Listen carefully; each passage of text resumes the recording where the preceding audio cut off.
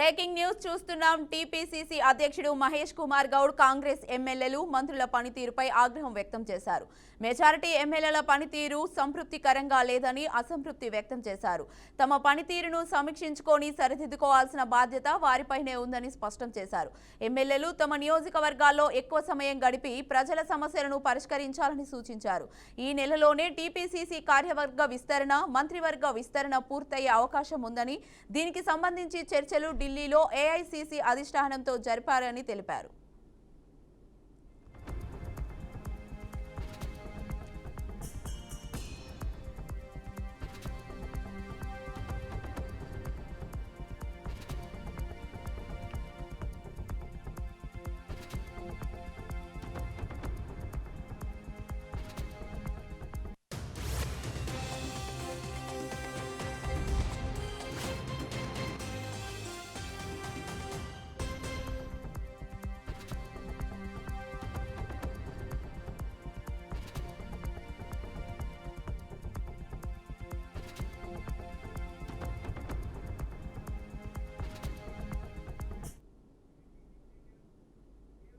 మాజీ మంత్రి బీఆర్ఎస్ కార్యనిర్వాహక అధ్యక్షుడు కేటీఆర్ కు సుప్రీంకోర్టు నోటీసులు జారీ చేసింది. కాంగ్రెస్ ప్రభుత్వం 25,000 కోట్ల రూపాయల అవినీతికి పాల్పడిందని గతంలో కేటీఆర్ ఆరోపణలు చేశారు. కాంగ్రెస్ నేత ఆత్రం సుగుణ ఫిర్యాదుతో ఉట్నూర్ పోలీస్ స్టేషన్లో ఆయనపై కేసు నమోదైంది. కేసుని సవాల్ చేస్తూ కేటీఆర్ హైకోర్టులో పిటిషన్ దాఖలు చేయగా ఆయనకు అనుకూలంగా హైకోర్టు ఉత్తర్వులు ఇచ్చింది. హైకోర్టు తీర్పును సవాల్ చేస్తూ ఆత్రం సుగుణ సుప్రీంకోర్టును ఆశ్రయించింది. ఆమె పిటిషన్పై విచారణ జరిపిన జస్టిస్ సంజయ్ కరోర్ ధర్మాసనం పిటిషన్పై సమాధానం చెప్పాలని కేటీఆర్కు నోటీసులు జారీ చేసింది.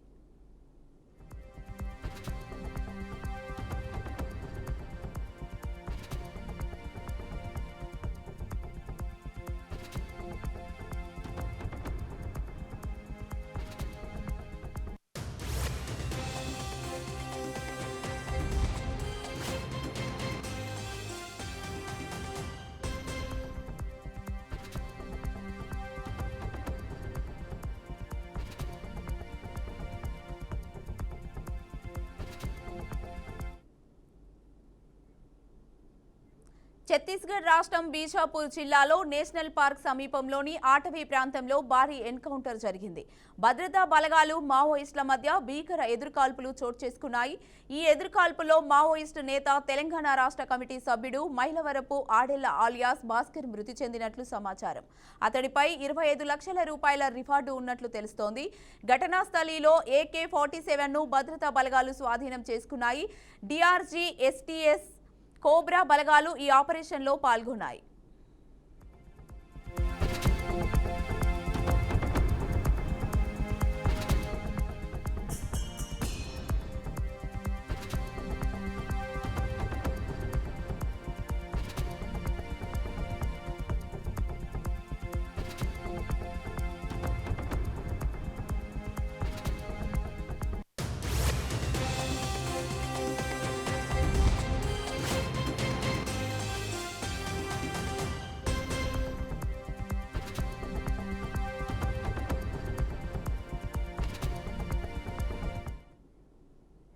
ఢిల్లీ ముఖ్యమంత్రి రేఖా గుప్తాకు హత్య బెదిరింపు కాల్ వచ్చింది. రాత్రి 11 గంటల ప్రాంతంలో గజియాబాద్ పోలీస్ కంట్రోల్ రూమ్ కు వచ్చిన కాల్లో రేఖా గుప్తాను చంపేస్తామని గుర్తు తెలియని దుండగులు బెదిరించారు.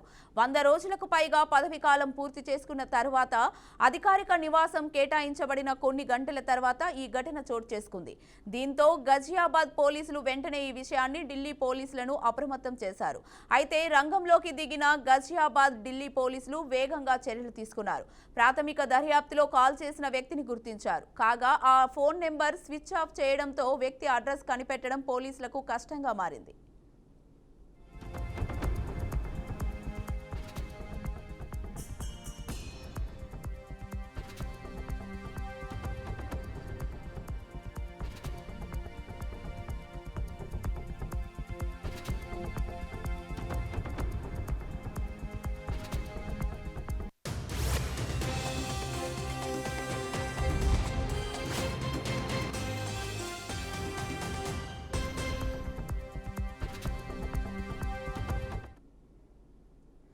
తెలంగాణను అభివృద్ధి పథంలో నడిపిస్తున్నామని సీఎం రేవంత్ రెడ్డి తెలిపారు. యాదాద్రి భువనగిరి జిల్లా ఆలేరు నియోజకవర్గంలో 1500 కోట్లతో పలు అభివృద్ధి పనులకు శంకుస్థాపనలు చేశారు. యాదాద్రిని తిరిగి యాదగిరిగుట్టగా మార్చామని, కొండపై భక్తులు నిద్రించేలా ఆటోలు నడిచేలా చేస్తున్నామన్నారు. మూసీ ప్రక్షాళన చేసి నల్గొండ రైతులను ఆదుకుంటాం. గోదావరి జలాలతో మూసీ నదిని నింపుతాం. సబర్మతి, గంగా నదులు ప్రక్షాళన చేసుకోవచ్చు. మూసీ నదిని మాత్రం ప్రక్షాళన చేయకూడదా? బీఆర్ఎస్ లో దయ్యాలు ఉన్నాయని ఆ పార్టీ నాయకురాలు చెప్పారని, ఆ కొరివి దయ్యాలను తరిమి కొట్టే బాధ్యత తాను తీసుకుంటానని రేవంత్ రెడ్డి స్పష్టం చేశారు. తరతరాలుగా మన తాతలు ముత్తాతలు యాదగిరి గుట్ట అని పిలుచుకుంటే దాన్ని వారు వచ్చి యాదాద్రి అని చెప్పి పేరు మార్చండి. కానీ ఆనాడు ఎన్నికల సందర్భంగానే నేను చెప్పిన, మళ్ళీ ఇందిరమ్మ రాజ్యం వస్తుంది, యాదాద్రి కాస్త యాదగిరి గుట్ట అవుతుంది, గుట్ట మీద నిద్రపోయి భక్తుల కోరికలు తీర్చుకునే విధంగా గుట్టను తీర్చిదిద్దుతామని చెప్పినాం.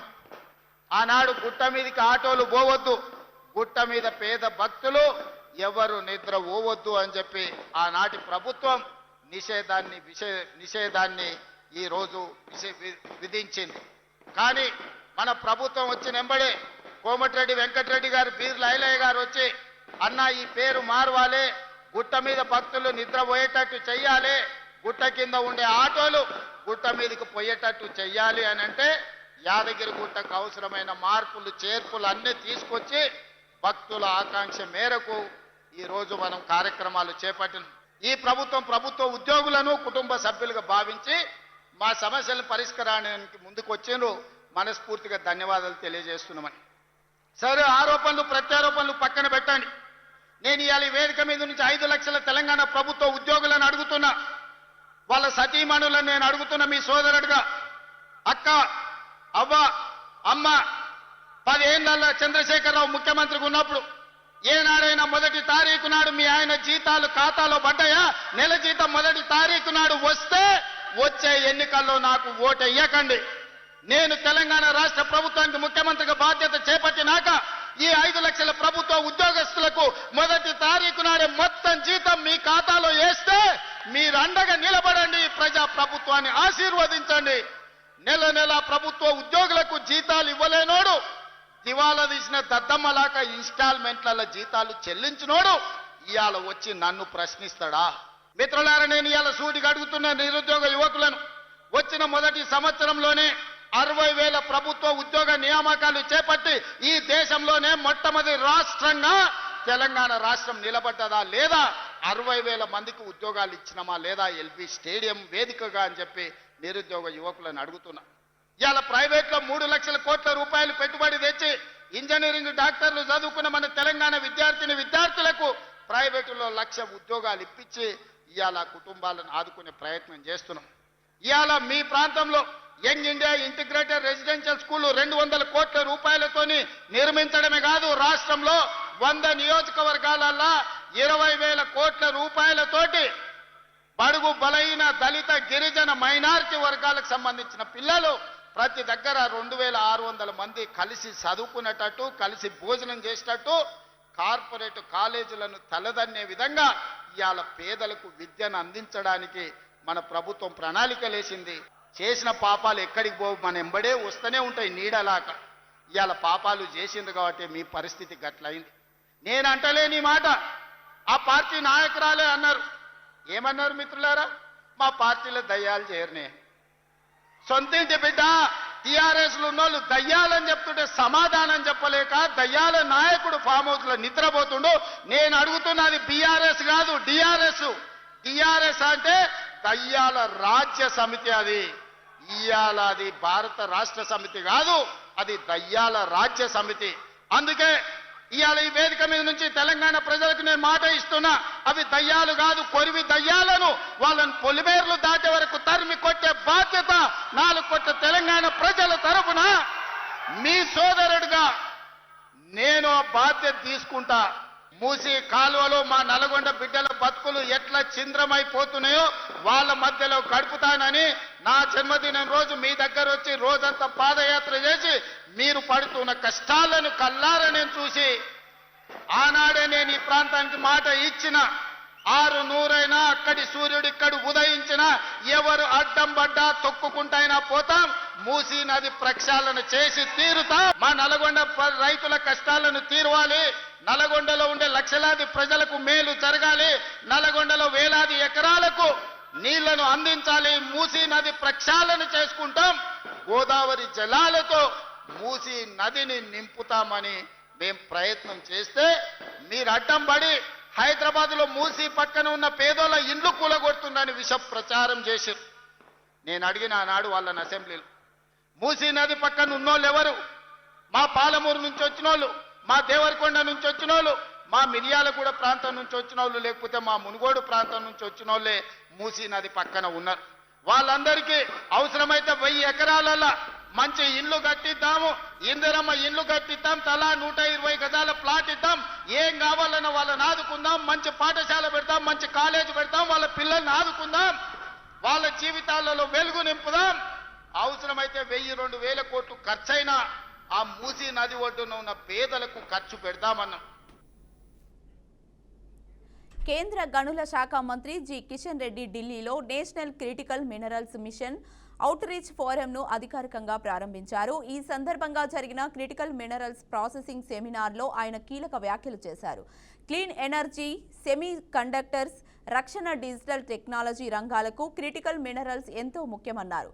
ప్రభుత్వం, పరిశ్రమలు, విద్యా సంస్థలు, పరిశోధన సంస్థల మధ్య ఈ ఫోరం సమన్వయ సహకారాన్ని ప్రోత్సహిస్తుందని కేంద్ర మంత్రి వివరించారు.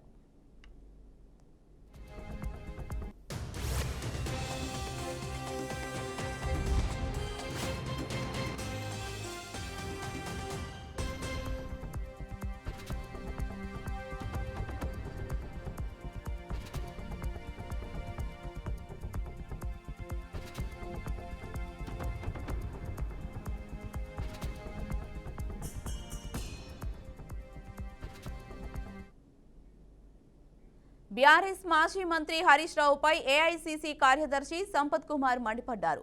ఇథనాల్ కంపెనీ విషయంలో శవ రాజకీయాలు చేస్తున్నారని ఆయన విమర్శించారు.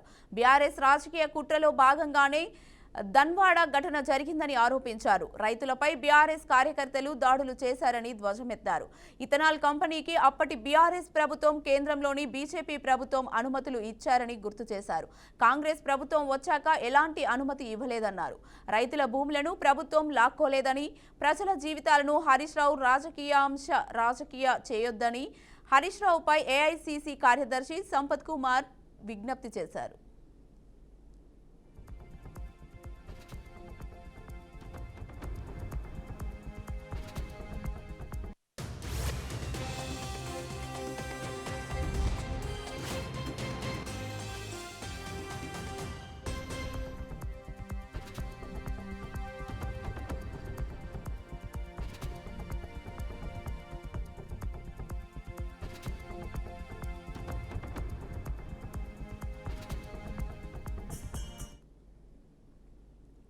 ఆంధ్రప్రదేశ్ రాష్ట్ర రాజకీయాల్లో తీవ్ర విషాదం చోటు చేసుకుంది. మచిలీపట్నం మాజీ ఎంపీ చల్లపల్లి జమీందారు తనయుడు యాల్రగడ్డ అంకినీడు ప్రసాద్ కన్నుమూశారు. గత కొన్నేళ్లుగా వృద్ధాప్య సమస్యతో బాధపడుతున్న ఆయన ఇవాళ పరిస్థితి విషమించి కోయంబత్తూరులోని ఆయన నివాసంలో తుదిశ్వాస విడిచారు. 1967లో బందర్ ఎంపీగా ఆయన ఎంపికయ్యారు.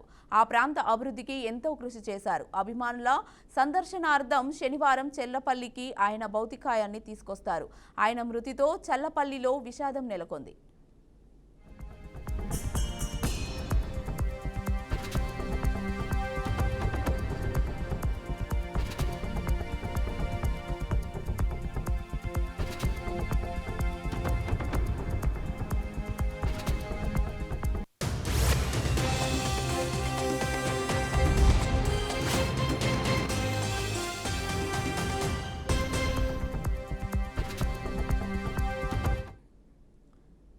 చంద్రగిరి నియోజకవర్గంలో అధికార వైసీపీ నేత చెవిరెడ్డిపై ఎమ్మెల్యే నాని తీవ్ర విమర్శలు గుప్పించారు. తిరుపతిలో నిర్వహించిన సమావేశంలో ఇది ఎన్డీఏ కూటమి ప్రభుత్వం గుర్తెరిగి మసులుకో చెవిరెడ్డి అంటూ ఆయన చురకలు వేశారు. చంద్రగిరి నియోజకవర్గ పరువు తీస్తున్నారని మండిపడిన నాని చెవిరెడ్డి ఇప్పటికైనా మారాలని హెచ్చరించారు. ఎమ్మెల్యేగా అయిన తర్వాత ఆయన ఆస్తులు వేల కోట్లు ఎలా అయ్యాయో సమాధానం చెప్పాలని డిమాండ్ చేశారు. నియోజకవర్గంలో జరుగుతున్న అభివృద్ధిని మేము నిర్వహిస్తున్నాం, ఓర్వలేక మాపై అవినీతి ఆరోపణలు చేస్తున్నారని ఆరోపించిన నాని చెవిరెడ్డి అభివృద్ధికి అడ్డు తొక్కేందుకు కుట్రలు చేస్తున్నారని ధ్వజమెత్తారు. మీకు తెలుసు, అతను చేసిన తప్పుల్ని కప్పిపుచ్చుకునేదానికి లేదా సింపతి కోసం అధికారులు బ్లాక్మెయిల్ చేస్తూ ముందుకు దర్యాప్తు కొనసాగకుండా ఉండేదానికి కానీ లేదంటే ఈ పబ్లిసిటీ పిచ్చితో కూడా చేసే నానా రకాలు చేస్తాడు. మీకు గతంలో కూడా చెప్పాం. దానిలో భాగంగా నిన్న చెప్పిన ప్రెస్ మీట్ చూస్తే నా పైన సుమారు 500 నుంచి 250 నుంచి 500 కోట్ల వరకు సుమారు మద్యం మాఫియా నాకు ఇచ్చినట్లు స్టేట్మెంట్ ఇమ్మన్నారని చెప్పారు. అది 250 కోట్ల లేదా 10 కోట్ల 100 కోట్ల నీ చేతిలో లేదు భాస్కర్ రెడ్డి. సిట్టు దర్యాప్తులో మూలాలు ఎక్కడి నుంచి వచ్చిందో, కసిరెడ్డి సంబంధించినటువంటి స్నేహితులు ఎవరున్నారో, దానికి సంబంధించిన డబ్బు ఎక్కడొచ్చిందో ప్రతి ఒక్కరికి తెలుసు. కసిరెడ్డికి నీకు సంబంధం లేదంటే నువ్వు ఏ విధంగా టీటీడీ బోర్డు ఆయనకి రికమెండేషన్ చేసావు ఒకసారి మనస్సాక్షిగా ఆలోచించు. రేపు కూడా నీ వాళ్ళ తరఫున ప్రెస్ మీట్ పెట్టి ఆ సాక్ష్యాలు లేదు, ఆ ప్రెస్ మీట్ కూడా చెప్పొచ్చు నువ్వు. కానీ ఇది వైసీపీ పార్టీలోనే అంతర్గతంగా జరుగుతూ ఉంది. కసిరెడ్డి అనే వ్యక్తి వాళ్ళ వైసీపీ ప్రభుత్వంలో ముఖ్యమైన ఆప్తుల్లో చెవిరెడ్డి భాస్కర్ రెడ్డి కూడా ఒక ఆప్తుడు కసిరెడ్డికి. ఇది అందరూ వాళ్ళకి సంబంధించిన వ్యక్తులు అందరూ కూడా తెలుసు అందరికీ. ఇదే కాకుండా ఎలక్షన్ టైంలో మీరు చూసుంటారు, ఎలక్షన్ కరెక్ట్గా ఒక 5 రోజుల ముందో 6 రోజుల ముందో గుర్తులే, కంటైనర్లో డబ్బు దొరికింది. బార్డర్ మన తెలంగాణ ఆంధ్ర బార్డర్లో 3 కంటైనర్లు, 1 కంటైనర్ మిస్ అయిందని అన్ని ఛానల్స్లో స్కోలింగ్ పోయింది. 8 కోట్లు. ఆ 8 కోట్లు కూడా ఆ రోజు ప్రతి ఒక్కరు చెప్పారు పలానా భాస్కర్ రెడ్డికి సంబంధించిన డబ్బు అని. ఆల్మోస్ట్ అన్ని ఛానల్లో వచ్చింది. భాస్కర్ రెడ్డి ఒక నైజాం మీకు తెలుసు. అతను చేసిన తప్పుల్ని కప్పిపుచ్చుకునేదానికి లేదా సింపతి కోసం అధికారులు బ్లాక్మెయిల్ చేస్తూ ముందుకు దర్యాప్తు కొనసాగకుండా ఉండేదానికి కానీ లేదంటే ఈ పబ్లిసిటీ పిచ్చితో కూడా చేసే నానా రకాలు చేస్తాడు. మీకు గతంలో కూడా చెప్పాం. దానిలో భాగంగా నిన్న చెప్పిన ప్రెస్ మీట్ చూస్తే నా పైన సుమారు 500 నుంచి 250 నుంచి 500 కోట్ల వరకు సుమారు మద్యం మాఫియా నాకు ఇచ్చినట్లు స్టేట్మెంట్ ఇమ్మన్నారని చెప్పారు. అది శ్రీకాకుళం జిల్లాలో రోజురోజుకి ప్రైవేట్ కళాశాలల ఆగడాలు మితిమీరిపోతున్నాయి. కళాశాలకు సరైన అనుమతులు లేకపోయినా అడ్మిషన్లు తీసుకుంటూ హాస్టల్ వసతులు కూడా కల్పిస్తున్నారు. రాష్ట్ర విద్యాశాఖ మంత్రి నారా లోకేష్ వెంటనే వాటిపై చర్యలు తీసుకోవాలని విద్యార్థుల తల్లిదండ్రులు, విద్యార్థి నాయకులు కోరుతున్నారు. శ్రీకాకుళం జిల్లాలో ప్రైవేట్ కళాశాలలు అనుమతులు లేకుండా నిర్వహిస్తున్నారని, వాటికి జరిమానాలు విధించినట్లు ఆర్ఐఓ చెప్పారు. అయితే రుసుములు చెల్లించకుండానే అడ్మిషన్లు తీసుకున్నారని, ఈ విషయాన్ని ఉన్నతాధికారుల దృష్టికి తీసుకెళ్తామని వివరించారు. ఇక ఇందుకు సంబంధించి మరింత సమాచారాన్ని మా ప్రతినిధి గిరీశ్వర్ అందిస్తారు.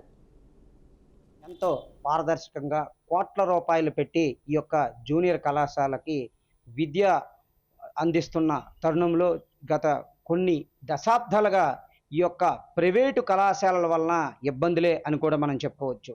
కేవలం విద్యార్థుల తల్లిదండ్రుల దగ్గర నుంచి లక్షల రూపాయలు దోచుకోవడమే తప్ప విద్యా ప్రామాణికలు కానీ ఎటువంటి అనుమతులు కానీ కళాశాలలు శ్రీకాకుళం జిల్లాలో ఎప్పటికే 10ల సంఖ్యలో ఉన్నాయి. అయితే ఈ కోణంలో మనం జిల్లా ఆర్ఐఓ దుర్గాప్రసాద్ని కన్సల్ట్ చేస్తే ఆయనైతే మనకి ఒక 2 కళాశాలల గురించి చెప్పారు. శ్రీకాకుళం నడిబొడ్లో ఉన్న గ్లోబల్ విద్యా సంస్థల పేరుతో నడుస్తున్న ఇంటర్మీడియట్ ఏదైతే జూనియర్ కళాశాల ఉందో ఆ యొక్క జూనియర్ కళాశాలకి ఎటువంటి అనుమతులు లేవు. గత చక్రధర్ అనే ఒక జూనియర్ కళాశాల యాజమాని చనిపోయిన తర్వాత దానికి ఎటువంటి అనుమతులు పొందకుండా, కొత్త అనుమతులు తీసుకురాకుండా నడుపుతున్నారని, ఇది తెలిసిన వెంటనే 6 లక్షల రూపాయలు దానిపైన అయితే జరిమానా గత 5వ నెల 1వ తారీఖు నాడైతే మేము జరిమానా విధించడం జరిగింది. అయితే ఆ జరిమానా విధించినప్పటికి కూడా ఒక జస్ట్ ఒక చిన్న పేపర్ పైన రాసి కొంత వాళ్ళ తాలూకా పాంప్లెట్లు పెట్టి ఎక్స్‌ప్లనేషన్ అయితే ఇచ్చారు తప్ప ఈ యొక్క జరిమానా రుసుమైతే చెల్లించలేదు. ఇది దారుణం అంటూ కూడా ఆయన చెప్పడం జరిగింది. ఇదే కోణంలో చూసుకుంటే నరసనపేటలో ఒక కళాశాల ఉంది. దానికి కూడా పూర్తిగా ఎటువంటి అనుమతులు లేవు. అది అయితే ఈ యొక్క నరసనపేటలో ఉన్న కళాశాలకైతే మరీ దారుణంగా ఉంది. ఆ యొక్క కళాశాలకి పూర్తిగా అనుమతులు లేకపోవటము, షిఫ్టింగ్ అనేది పెట్టుకున్నారు. పెట్టుకొని గత 2 ఏళ్ళు అవుతుంది. దీన్ని అకాడమీ, శ్రీ విద్యాలయ అకాడమీ అనుకుంటూ కూడా వాళ్ళు చేయడం జరుగుతుంది. అయితే ఈ యొక్క అకాడమీ అయితే పెట్టారు. అకాడమీకి కూడా పర్మిషన్స్ లేవు. పూర్తిగా హాస్టల్ కూడా నడుపుతున్నారు. ఈ కోణంలో హాస్టల్ నడిపి ఎటువంటి ఇబ్బందులు, అనుమతులు లేనిది అటు ఫుడ్‌కి సంబంధించిన అధికారులు కూడా అనుమతులు లేకుండా కూడా హాస్టల్ నడుపుతున్నారని కూడా మనకు తెలుస్తుంది. దీనిపైన తక్షణమే అధికారులు అటు రాష్ట్ర విద్యాశాఖ మంత్రి నారా లోకేష్ గారైతే దీన్ని పూర్తిగా పరిగణలోకి తీసుకొని ఇటువంటి వాటిపైన చర్యలు తీసుకోకపోతే విద్యార్థుల ఉజ్వల భవిష్యత్తు నాశనమయ్యే పరిస్థితి అయితే కనబడుతుంది. అసలు రాష్ట్రంలోనే అత్యధిక వెనుకబడిన శ్రీకాకుళం జిల్లా అయితే ఈ యొక్క విద్యలో అయితే కూడా వెనుకబడిన పరిస్థితి అయితే కనబడుతుంది. ఇప్పటికైతే పైసలు ఉన్న వారంతా కూడా కార్పొరేట్ సంస్థలకి అటు వైజాగ్, హైదరాబాదు, విజయవాడ, కాకినాడ పంపిస్తున్న తరుణం. ఇటు ప్రభుత్వము ఎంతో పారదర్శకంగా కూడా విద్యను మేము అందిస్తామని ముందుకు వస్తున్నప్పుడు కూడా కొంతమంది చదివించుకోలేని పరిస్థితి అయితే ఉంది. దీనిపై ప్రభుత్వం వెంటనే చర్యలు తీసుకోవాలని కోరుతున్నారు. కెమెరా పర్సన్ కృష్ణతో గిరీశ్వర్, బీఆర్కే న్యూస్, శ్రీకాకుళం. నిర్మల్ జిల్లా కుబీర్లో ఓ ప్రాథమిక పాఠశాల బిల్డింగ్ కూలి 4 పిల్లలకు తీవ్ర గాయాలయ్యాయి. గాయాలైన వారిని బైన్సా ఏరియా ఆసుపత్రికి తరలించారు. చాలా కాలంగా ఆ బిల్డింగ్ శిథిలా వ్యవస్థలో ఉందని స్థానికులు తెలిపారు. పాఠశాలకు సెలవులు ఉండడంతో పెను ప్రమాదం తప్పింది. స్కూల్ సిబ్బంది డిస్మాంటిల్ కోసం దరఖాస్తు చేసుకున్నా అధికారులు స్పందించలేదని అన్నారు. ఇప్పటికైనా అధికారులు స్పందించి తగిన చర్యలు తీసుకోవాలని తల్లిదండ్రులు కోరుతున్నారు.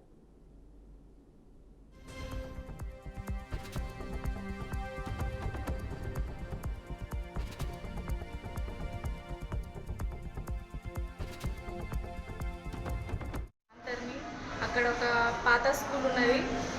పెద్ద సారు, ఆయన పేరు తెలియదు, సుభాష్ సార్. ఆయనకు చెప్పాము, ఇది పాత బడి పిల్లలు ఆడుకున్నారు సార్, తీయండి అంటే వాళ్ళు పెద్ద సార్కి చెప్పిన అమ్మ తీస్తా అన్నారు. అది అంతే మాకు తెలుసు. పిల్లలు ఆడంగా బడి మొత్తం కూలిపోయిందండి. అయితే ఊరు మొత్తం జమాయింట్లు కానీ ఎవరు పోలేరు అక్కడ అని మా మరిది గారు, నేను ఊరుకుంటా పోయి నాకు ఇక్కడ దెబ్బ తగిలింది, నా కాలుకు దెబ్బ తగిలింది ఇక్కడ అని అంతే సార్. ఇక్కడ హాస్పిటల్ వచ్చినాం మేము, గవర్నమెంట్ హాస్పిటల్. అది చిన్న గ్రామం. అంత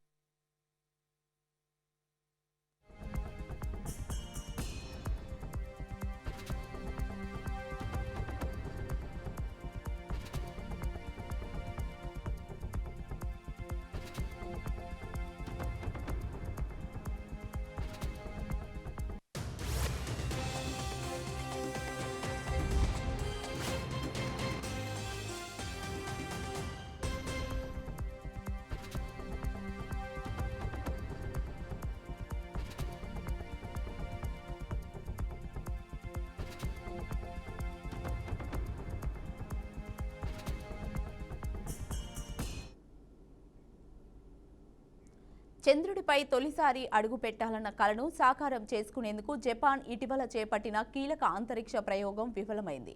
జపాన్కు చెందిన ప్రైవేట్ అంతరిక్ష సంస్థ ఐస్పేస్ చంద్రునిపై స్టాఫ్ ల్యాండింగ్ చేసేందుకు రెసిలెన్స్ అనే మిషన్ను ప్రయోగించింది. అయితే ల్యాండింగ్కు ముందు ల్యాండర్తో కమ్యూనికేషన్ పూర్తిగా తెగిపోయిందని సంస్థ ప్రకటించింది. ఈ రోజు ఉదయం ల్యాండింగ్తో సంబంధాలు గల్లంతయ్యాయని మిషన్ కంట్రోల్ కేంద్రం వెల్లడించింది. ఆ తర్వాత కమ్యూనికేషన్ పునరుద్ధరణకు చేసిన ప్రయత్నాలు విఫలమైనట్లు స్పష్టం చేశారు. దీంతో మిషన్ను ముగించినట్లు అధికారికంగా ప్రకటించారు. ఈ విఫలానికి గల కారణాన్ని తెలుసుకునేందుకు ప్రయత్నాలు కొనసాగుతున్నాయని, సమాచారాన్ని విశ్లేషిస్తున్నామని ఐస్పేస్ వ్యవస్థాపకులు తకేషి హకామడా తెలిపారు.